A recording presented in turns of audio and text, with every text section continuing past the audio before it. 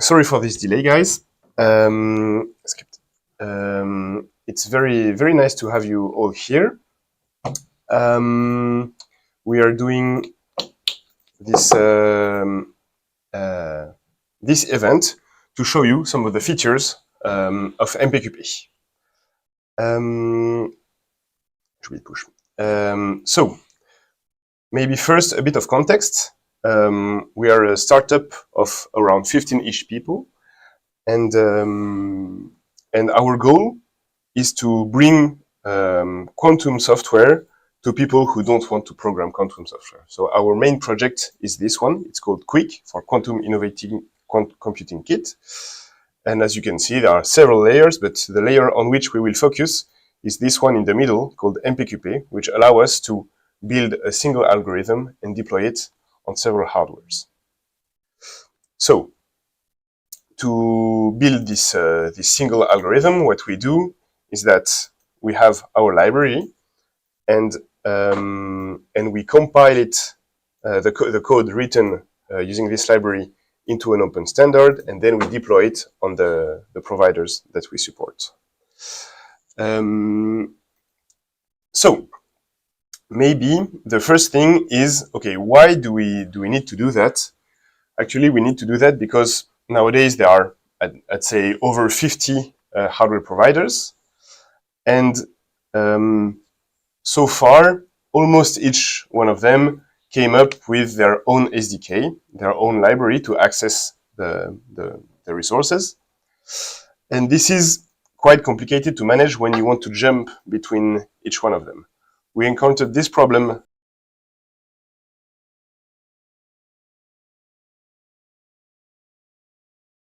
Okay, guys, can you hear us? We tried some fancy mics, but apparently they are broken. Maybe the quality will be a bit worse now. But you seem to be able to hear us. Yes. Okay, perfect. You will also hear every noise in the room, which is great. Okay, so I was mentioning chasm. Okay, because I was mentioning more precisely the problem that we have between joining a single algorithm and several different hardwares. And I said that there is already one standard, which is OpenQASM. So it's an open standard, and you could think, okay, great, I have an open standard supported by, let's say, a lot of providers. A lot, we will see what it means later on, because it's maybe not as much as we could expect. And okay, now what can we do? Well, you can do as much as you could think, because first thing is that some providers would support an old version of the standard, other would support the new version of the standard. So you would have to jump between versions regularly, which is not great. And then even if you have the same version, some providers will support a subset of the standard, others a different subset of the standard. So you would have to translate between each subset, which isn't great. So in fact, we chose to improve the standard or go on top of the standard by making our own library. So you could look at these comics and think, they just created a new standard and it's not much better. It's true that we created a new library in Python, as many other SDK, Quantum SDK, but ours don't come really against the other, but rather on top of. It doesn't want to fight the other SDKs. It really helps unite them. And yeah, our goal is to allow you to write once your code and run it everywhere or anywhere. So this is the Java catch phrase. And okay, even though Java maybe is not my language of choice in general, this sentence is holds a lot of truth, in my opinion. If you could avoid rewriting always the same thing, I think we can all agree that you would get much better. Now we can start getting in the meat of things by installing the library that we wrote, and by then configuring it. So what I propose is that we do it live together, and if you want to follow at home, you're very welcome. So first, what I'll do in order to make sure to avoid having the trash from my computer on the thing is that I'll create a Docker container, but you don't have to. Okay, you can do it directly on your computer, and you can install it using Anaconda, using a Python virtual environment, or on your native Python environment. One exception to this would be for macOS, because for macOS there is a small trick. Maybe I can show you. There is one of our dependencies that doesn't play really well with macOS. We are currently trying to fix that, but my QLM install here, and specifically the macOS instructions. Maybe what we can do is that we can send this to you in the chat. And yeah, so you have to follow this instruction if you're on macOS, or you wait for the following version of MPQP that should be released in the coming month or 2 months, something like this. That will hopefully make this process way better. And by hopefully I mean for sure, because I already fixed it. Okay, so pip install MPQP. Okay. And then once we installed it, the first thing that we want to do is maybe to configure it to support remote providers. Because okay, now what you install is a way to simulate quantum algorithms on your local machine, but to be able to access remote providers, of course.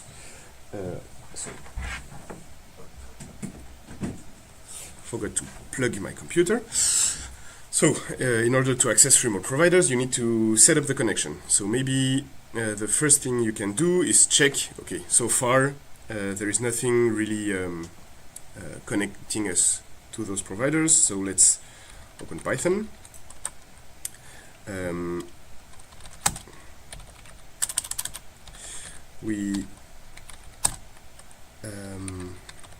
We create a small circuit, and this circuit will we will run it on an IBM's simulator, remote simulator.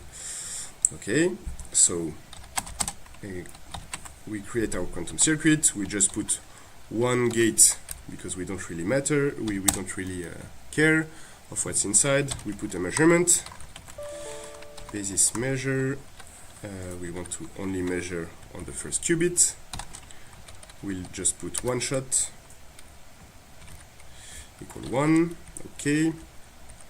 Okay, so now we have we can print the circuit. You'll see in more details what all these instructions are. Hamza here will show you, but I can just show you. Okay, this is the circuit. You can recognize also that the print, in fact, is exactly the one from Bracket, because as I said, our goal is no, not Bracket, indeed, Diskit, thank you. Because our goal is not to fight against the existing, but use the existing when we can and go on top when we cannot. Okay, so if we run our circuit on an IBM device, IBM Q Chasm simulator, perfect, and we print this result. Okay, you see the error is not very graceful, but basically it doesn't work. Okay, all this for showing that it doesn't work, but we have a helpful script in order to set up the connection. Connections, okay. And while it initializes, maybe what we can do is go on IBM Quantum. You need to sign in, of course, and then once you signed in, you copy your API token. And here, okay, we can confirm that, as you can see, account is not configured, okay, but we can configure it by entering your IBM token. So you don't see anything on the screen, of course, because I don't want to leak my token on the internet. But now, if we go on the configuration informations, you can see that it's indeed configured with my account, with my Colibri account. Okay? And we can also check that now, if we run the same thing as before, so we import the necessary elements. It takes a bit of time, but this will be improved on next version. We create the circuit, we run the circuit. It takes a bit of time because the simulator is remote, it's not on my machine. But it shouldn't take too much time because, as you see, the circuit is quite simple. And yeah, it runs on the thing. We have a count of 1 for 0 for 0, 1 for 1. Okay, seems quite obvious if you know what we are talking about. Otherwise, we'll see in more details later on what this is all about. Okay, so we set up everything we needed, and I think now we can first go and have a look at our documentation. This one, perfect. And I let the hand to Hamza. Thank you, Henri, for this introduction. So Henri showed you how you install and how you set up the connections, but now I want to get started with how I implement circuits, how I run them, etc. So we tried to be as much explicative and give as much examples as we can in the documentation, because we think this is an important tool for a developer. So here, for instance, we can show you how to run the circuits, how also to set up the remote connection with the specificities of each provider. And you have also the links to some examples, because we provide also examples and notebooks to help you. And we can go through this documentation more in detail. Here for the Q-circuit, you have all the methods and the functions.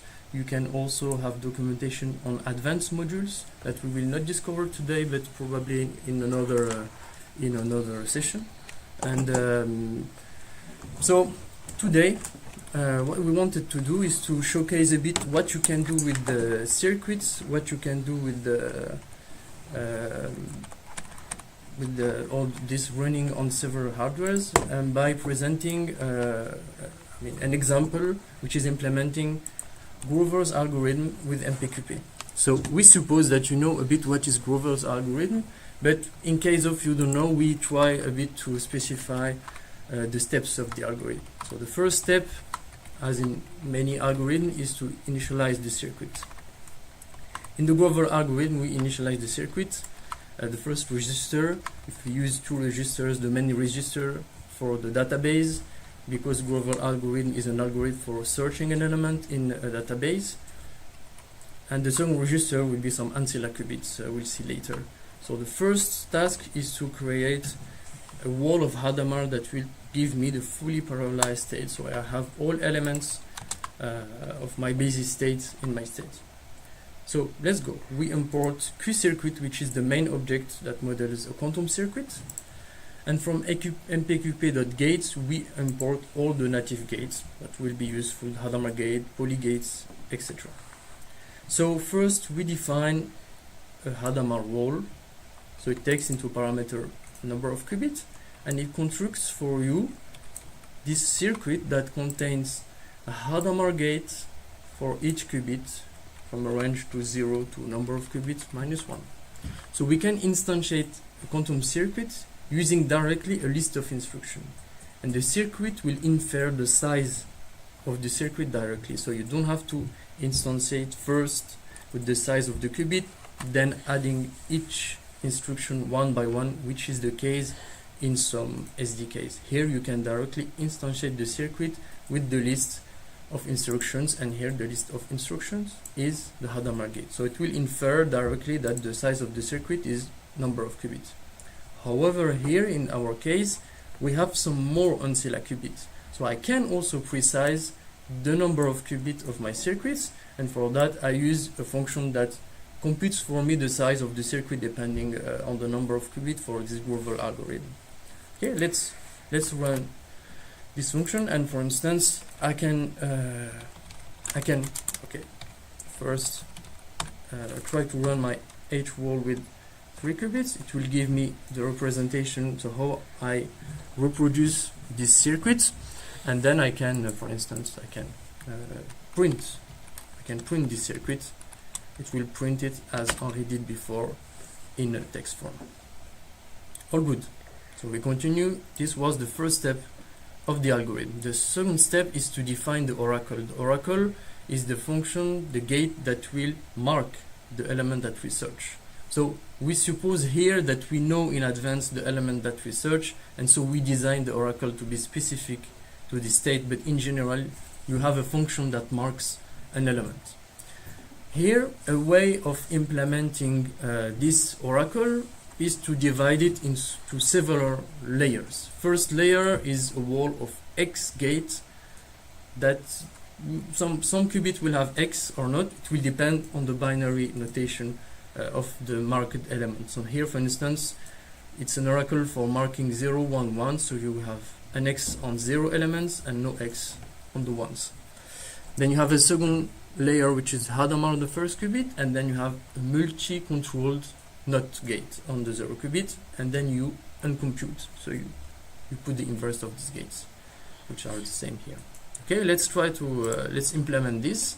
So we define an oracle that takes into parameter a marked element, because the oracle will change depending on the marked element.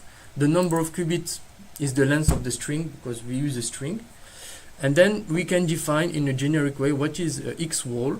It's a quantum circuit that takes a list of instructions, and this list of instructions you can also construct it by how do we say? List Yeah. list comprehension. Exactly.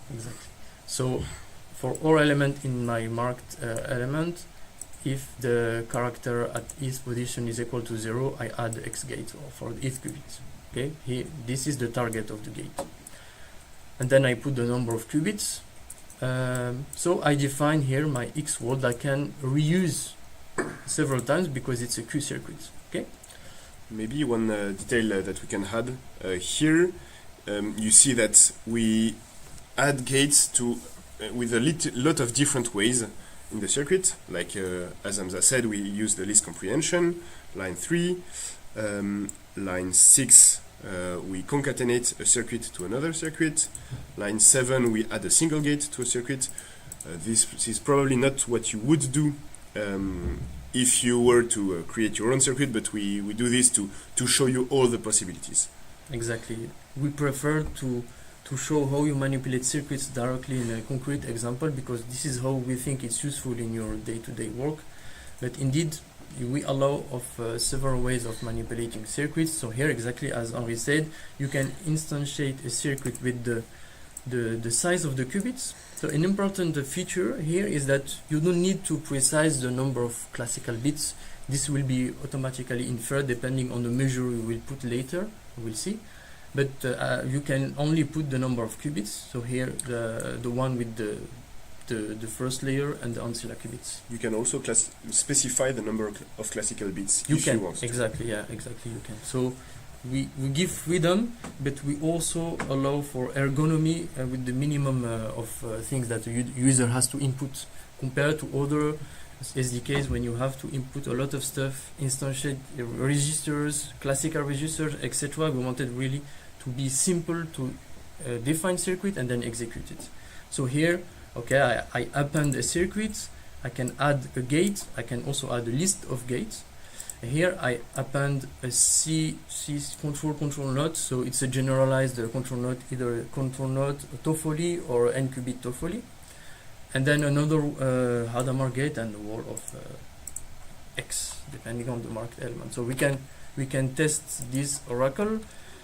So oracle, let's test it with 001 for instance.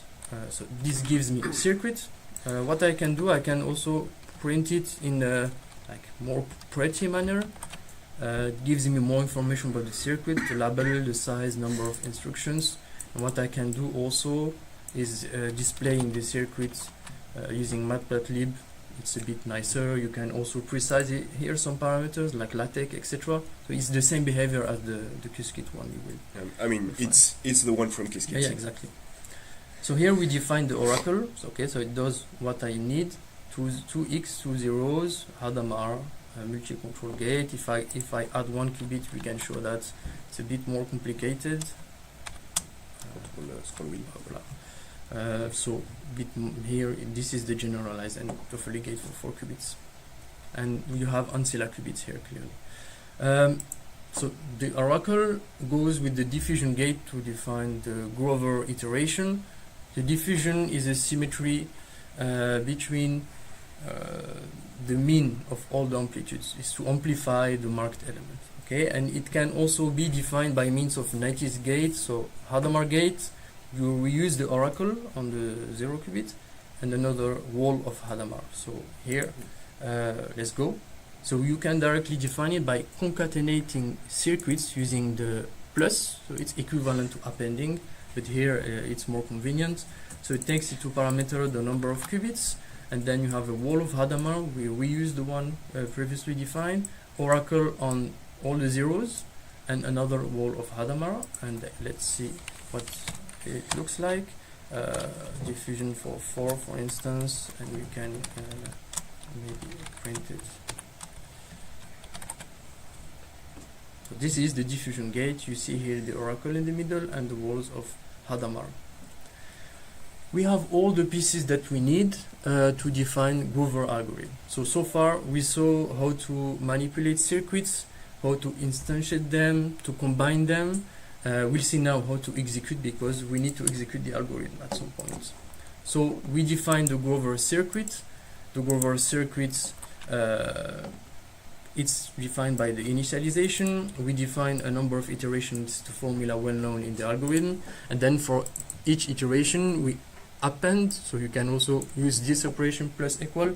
We append the oracle and we append the diffusion to the circuit, and we do that until we reach the optimal number of iterations, and we return the circuit. Okay. Then we go to the algorithm, which will reuse this circuit, and we add what we call a basis measure.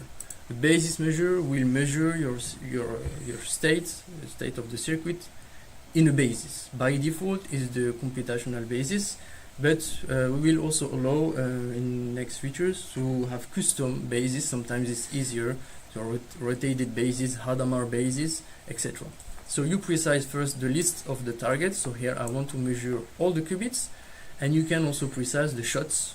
If shots is equal to 0, then you want the state vector, the perfect state, and then if it's not, it will be sampling the state. So here I add a measure, and then my circuit, I have the definition, the gates, I have a measurement, now I can run it. So I just call run, as Henri did before, with the circuit and with the device. And here, I will show you that we can easily change the device. I can change it to, let's say, AWS device, bracket, local simulator, for instance. This will run it on the bracket local simulator, but I did not have to change anything else. Not the measurement, not the definition of the circuit, etc., etc. And you can also, we not dive deep into it in this session, but maybe later, because we can show more advanced benchmarking tools. But you can also give a list of devices here, and it will run them on all the devices and return a batch of results, etc. Maybe we can first print this result to see what it looks like. So let's go. I can run my Grover algorithm, for instance, with this marked element, and I have this result from IBA device. It gives me the counts Okay, I see that the counts is higher exactly for my basis state, so the algorithm works. It gives me also the probabilities, and it gives me a list of what we call samples. So a sample is a state, binary index, decimal index, the counts, and the probability directly. And eventually, sometimes you can have the estimation of the error that we made if you use a simulator, basically. Now, if I come back here, no, just up, above, so I can get the counts directly from the results, and then from these counts, I can compute what is the maximum, and I can get which place, where is the maximum, and this gives me the index of the best state. And then I can use a nice function we have in sample. So a sample you define with the number of qubits, you give the index, and you can retrieve directly the binary string. You don't have to compute it by hand. Okay. At this point, I mean, you can do whatever. X is already your answer. You can also use the another possibility would be to. Can I do this? Ooh, okay, I can do this. You could I don't know, use a F string if you know about this one, with like this, X this. So this would do the same. It takes X and prints it as a binary string as a string. This is exactly the same. The only maybe difference is that here it will fill to match the number of qubits, so you don't have to do it. So always in the spirit of simplifying the experience for the user. Okay. Let's come back here. Now I remove the print, but I have my solutions. So I can try with more qubits, other states maybe. Let's go and give me the more probable state. So this shows that the Grover algorithm works indeed. Maybe something we can show is another type of measurement, which is computing expectation values of observable. It's very important in many algorithms in NISQ. So what can I do first is I can define another circuit by using tensor product. So we introduce here the arrow-based to tensor product this circuit with this one, and we can maybe print a bit what it looks like. So we have this circuit, which is the Grover circuit for 1 1, and this circuit which is a Grover circuit for 1 0, and it's a concatenation, vertical concatenation of circuits, so tensor product. I have a circuit. Now I need an observable. I can define an observable by giving a NumPy array, a matrix, and here I define a matrix with random elements, and I need 16 elements in my diagonal because I have 4 qubits. So I define my observable. I can also make let's go print my observable, and it gives me the matrix, the associated matrix. Let's forget about this. Now in my circuit, before I added the basis measure, now I need to add an expectation measure. It's the same principle. You precise the list of targets. Henri had the idea also to implement a tricky list of targets. So if it's not complete, it will add identity on the observable. If they are not ordered, we add some swap gates to order it according to the observable. So here there is many hidden features that are very convenient, but we'll go in these details maybe another time. You precise the observable, and you can precise the number of shots. Let's be ideal here. And I run the circuit on another device, okay, Atos device. My QLM PyLinal gives a local simulator, and from the result I can directly get the expectation value. So before we were getting the counts, here I get the expectation value, and here you go. If I add some shots, maybe I redefine the circuit, and I add some shots, maybe 100, it will be less accurate maybe. Yeah, okay. You can do the math and check. We go to the last section. Maybe Henri, you can also present with me. This section is what it will be if we didn't have MPQP and we had to do the same using all the equivalent SDKs.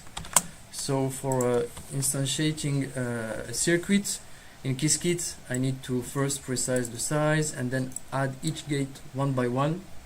And in QLM, you have to create a program.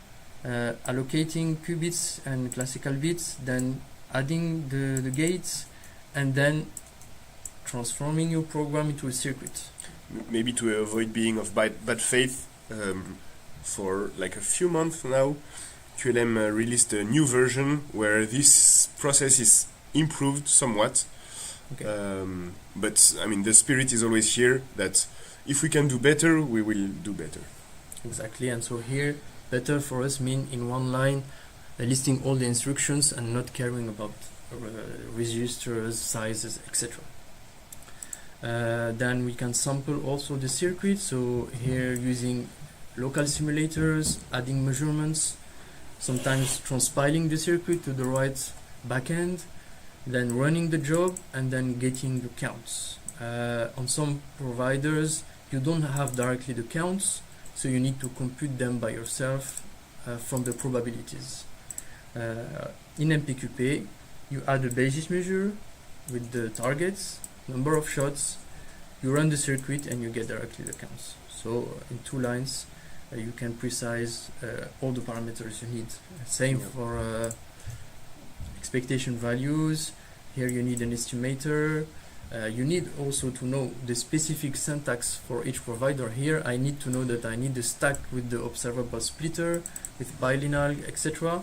And here you always use the same syntax, whatever the provider is behind, an expectation measure with the observable, and you run.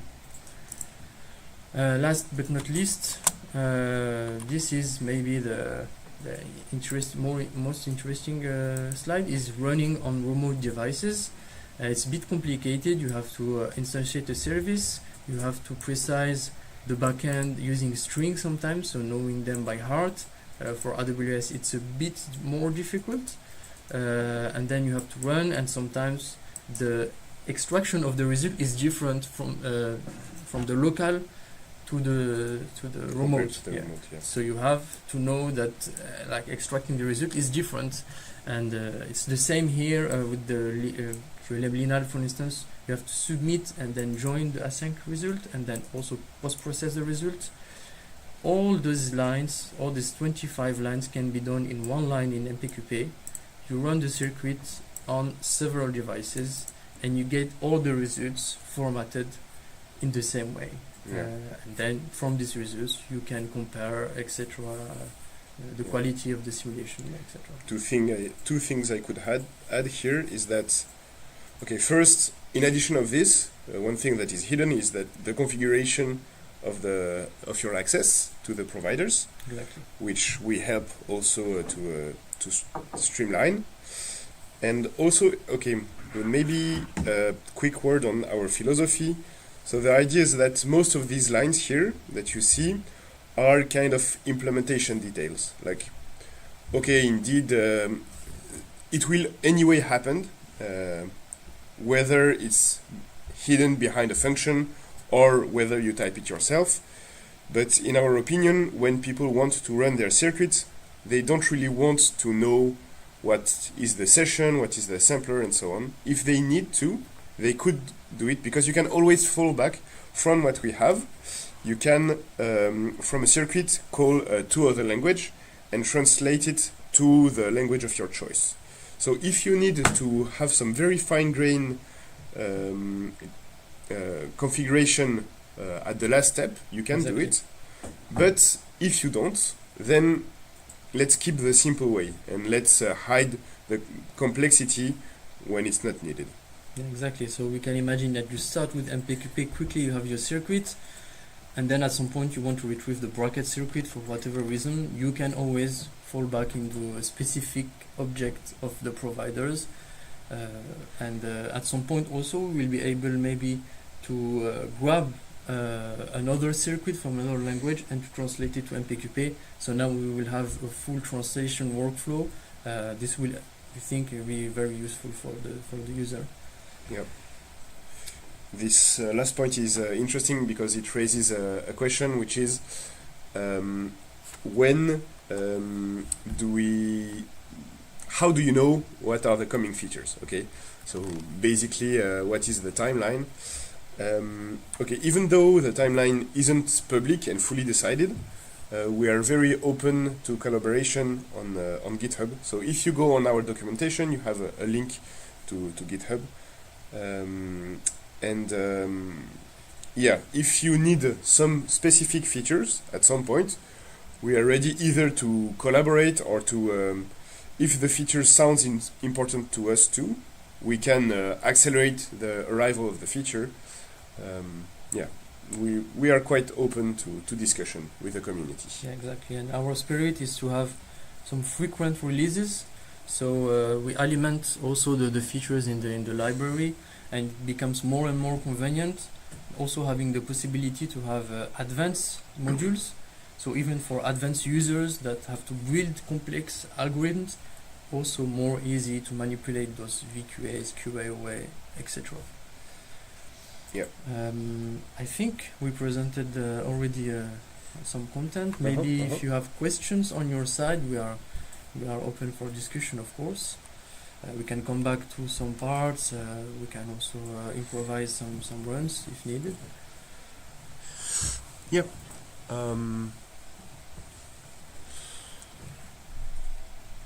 Anyway, it was really nice to have you all here.